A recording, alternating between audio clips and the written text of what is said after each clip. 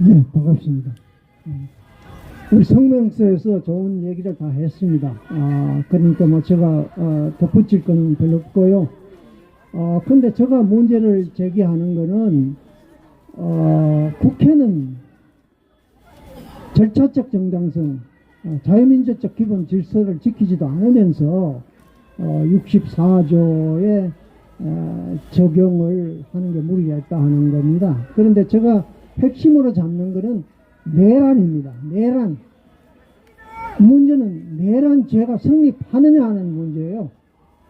내란죄는, 그러니까 헌법 84조는 내란 및 외환의 죄를 범하는 경우를 제외하고는 재직상 형사소출을 받지 않는다, 이런 겁니다. 그래서 제가 문제를 제기하는 것은 정명법입니다. 공작께서도 이름을 제대로 해라 하는 겁니다. 그러니까 결국 계약을 가장 먼저 얘기한 거는 로커입니다. 그래서 로커와 홉스입니다. 그 얘기를 좀 하면서 풀어가겠습니다. 그런데요, 헌법 84조는 대통령을 위한 아주 특수한 법입니다. 대통령만을 위한 특정 법 조항입니다.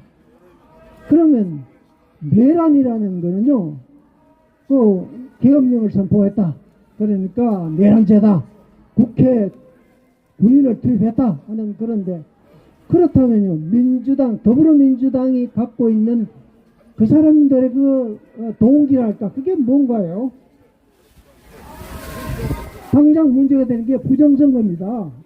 이게 어제 오늘 일이 아닙니다. 25년간을 계속 부정선거를 해왔거든요. 누군가는 손에 피를 묻혀야 된다는 소리입니다. 그럼 당연히 내란이 아니라 대통령 그걸 손을 봐야 됩니다. 볼 수 없다. 그래서 계엄령을 선포한 거 아닙니까? 이제 그런 의미에서 헌재는 아주 명료합니다. 내란죄가 되냐? 대통령이 무슨 권력을 계속 유지하기 위해서, 그렇지 않으면 권력을 창당을 해서 했냐? 그 의도가 아니라면 21일 동안 질질 끌 필요가 없다는 거죠. 자, 그러면 로크를 좀 풀어보겠습니다. 자, 홉스를 좀 풀어보겠습니다. 홉스는 우리가 알고 있는 리바이든이라는 책이 있습니다. 그런데 리바이든은 수중괴물이죠. 국가가 수중괴물이에요. 지금 행정부가 못하면 국회가 또 수중괴물 같은 존재가 되어버렸습니다. 자, 그런데 홉스는 그걸 위해서 무슨 이론을 폈냐 그러면 그걸 위해서 개인의 인권이라든가 개인의 기본권을 가진 겁니다. 개인 기본권을 강조한 양반입니다. 그런데 그 양반이 글을 쓴 거는 1682년이죠. 리바이든이 51년입니다.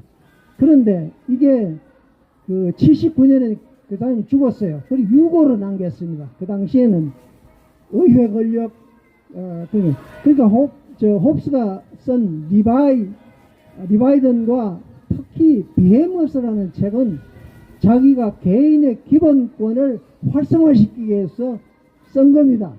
자, 그러면 문제는 기본권을 어떻게 수행할 수 있을까 하는, 기본권을 어떻게 주장할 수 있을까 하면서 정언법을 얘기를 했습니다. 그러니까 그 사람은 인간의 이성에 근거하고 또 그게 제도권의 안으로 들어갔을 때는 그건 합리성, 법을 통해서 하는 건데, 법조항이라는 건요, 이름입니다. 언론은 팩트를 잘 처리하기 위해서 정보의 정확성, 그 다음에 공정성, 객관성을 얘기합니다. 그리고 법관은, 헌법재판관은 뭘 해야 되냐 그러면 정의와 공정성과 정의를 내세워야 됩니다. 그럼 공정성과 정의 간단하잖아요. 내란죄 기냐 아니냐 그걸 따지면 되는 거 아닙니까? 자, 그래서 홉스는 정언이라는 것을 모든 팩트, 그다음에 사료라든가 이런 걸 객관적으로 해라 이거예요. 객관적으로 판단해라 그래요. 그러면 내란죄를 판단을 하는데 뭐 그렇게 시간이 오래 걸려요? 그 엉뚱한 짓 한다는 거예요. 박영수 특권 모양으로, 그렇죠. 차고도 넘친다. 제가 차고도 넘치면 뭘 차고도 넘쳐?